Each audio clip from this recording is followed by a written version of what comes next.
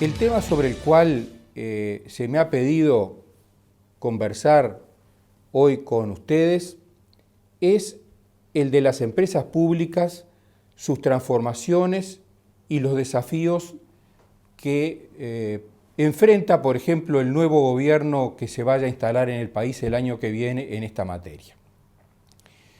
Y creo que un buen punto de partida es ¿qué entendemos por empresas públicas?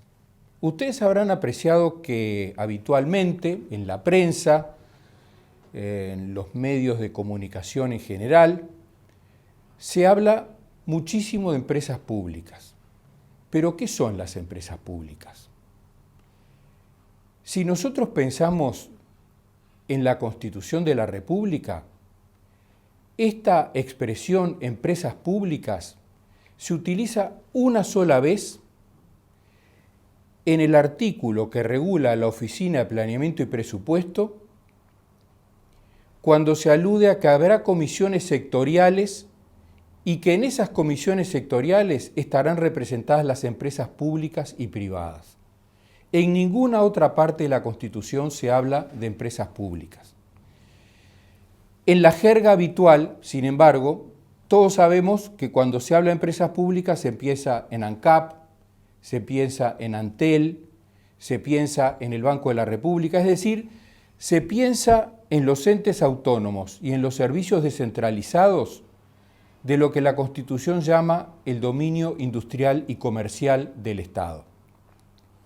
Sin embargo, también tenemos que tener en cuenta que hay otros entes autónomos y otros servicios descentralizados que en ese sentido no son empresas públicas porque no realizan una actividad comercial industrial. Piénsese, por ejemplo, en la Universidad de la República, en la UTEC, en el Instituto de la Infancia y la Adolescencia, el INAU, que evidentemente no cumplen un rol, llamémosle, empresarial, en el sentido en que normalmente se habla de empresas, es decir, conjunción de personas, de medios, de recursos humanos y materiales con un determinado objetivo. Y si nosotros pensamos en las empresas públicas, que repito, la Constitución no habla de las empresas públicas en términos regulatorios, vemos que además de esos entes autónomos industriales y comerciales, hay también, en este sentido amplio de empresas públicas, otras instituciones que pueden merecer este calificativo. Piénsese, por ejemplo, en las personas públicas no estatales, que a veces en la jerga habitual se las llama personas privadas de derecho público, que es una contradicción, o son privadas o son de derecho público. En realidad son de derecho público, pero no pertenecen a la organización jurídica del Estado, y muchas de ellas cumplen también una actividad de naturaleza empresarial o comercial o industrial. Piensen en CONAPROLE, piensen en la Corporación Nacional para el Desarrollo y en tantas otras que cumplen este tipo de actividad. También existen sociedades comerciales que pertenecen a entidades estatales y que son empresas. Hay en este momento en el país alrededor de un centenar de sociedades comerciales que son de propiedad del Estado o de entes estatales. Algunas más visibles. Por ejemplo, todos vemos en la calle las camionetas de Duxa, distribuyendo garrafas, etc. Bueno, Duxa es la distribuidora uruguaya de combustible Sociedad Anónima, que es una sociedad anónima, como su nombre lo indica, que pertenece a ANCAP, es decir, a un ente autónomo del Estado y por lo tanto, a pesar de ser una sociedad anónima, es de naturaleza estatal. Gasallago, de triste memoria, bueno, es una sociedad anónima constituida por UTE y ANCAP. Y podría multiplicar los ejemplos, repito, son más de un centenar de sociedades anónimas que son de propiedad de distintos organismos del Estado. Hay incluso hoy empresas, sociedades comerciales, que pertenecen a otras sociedades anónimas de propiedad estatal, es decir, que son como sociedades anónimas de un segundo grado. ¿Qué quiero mostrar con todo esto? Que en rigor el concepto de empresa pública va muchísimo más allá del de ente autónomo, industrial y comercial, y que por lo tanto, cuando hablamos de empresas públicas, no podemos circunscribir el pensamiento, el análisis, el comentario que estemos realizando, no lo podemos limitar a ANCAP, al Banco de la República, a Antel y a la Administración Nacional de Puertos, que son entes estatales con forma de ente autónomo o de servicio descentralizado, sino que tenemos que pensar también en toda esa amplia gama de opciones organizativas que caben dentro de un concepto amplio de empresas públicas.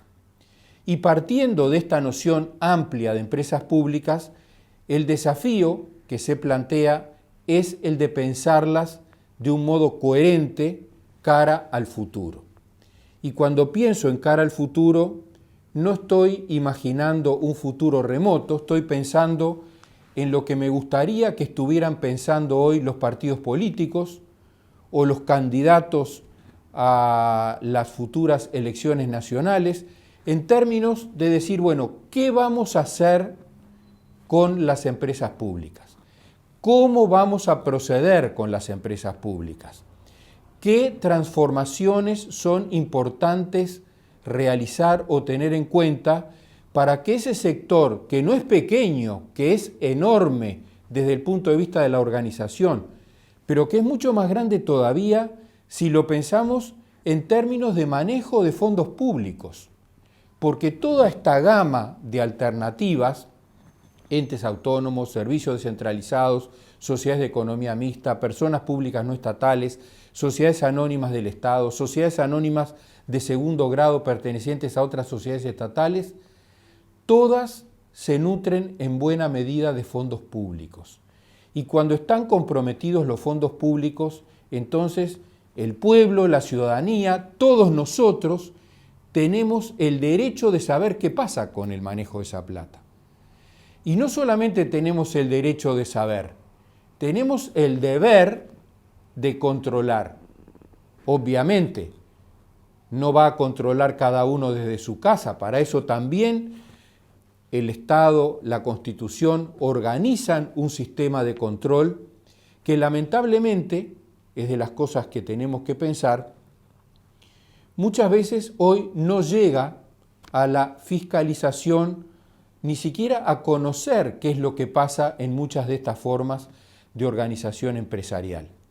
Entonces, me parece que desde el punto de vista de la mirada hacia adelante, de la mirada, diríamos, en positivo, constructiva, tenemos que pensar en términos de control, en términos de responsabilidad, en términos de políticas públicas coherentes en el marco de las cuales se desarrollen sistemáticamente en el futuro las actividades de este tipo de instituciones o de empresas.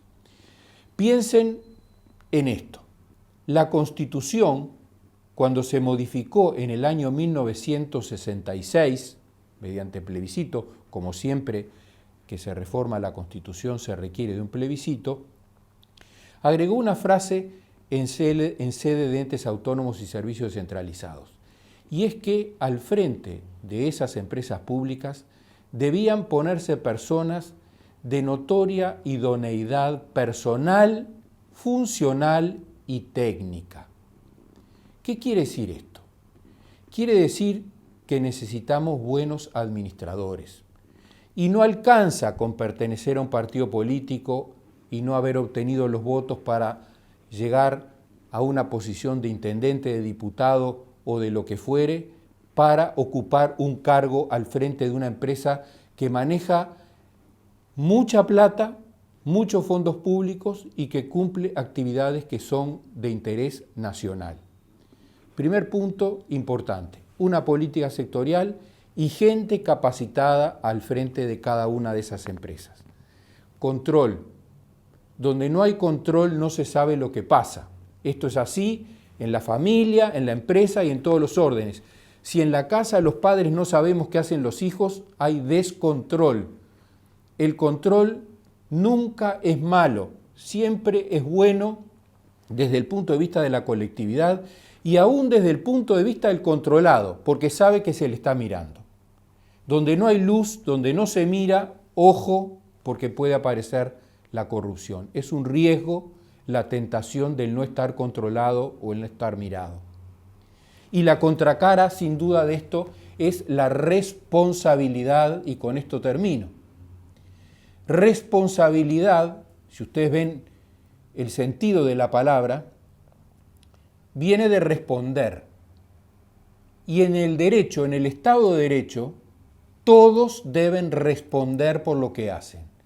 Responder, ser responsable, es asumir que la conducta que se está desempeñando no solo va a ser mirada, sino que puedo ser llamado a rendir cuentas de lo que estoy haciendo, de cómo lo estoy haciendo, cómo estoy desenvolviendo esa actividad que se me confió. Y para esto no hay que modificar la Constitución.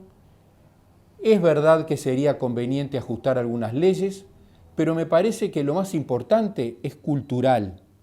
Tenemos que repensarnos con mayor seriedad cuando hablamos de las empresas públicas.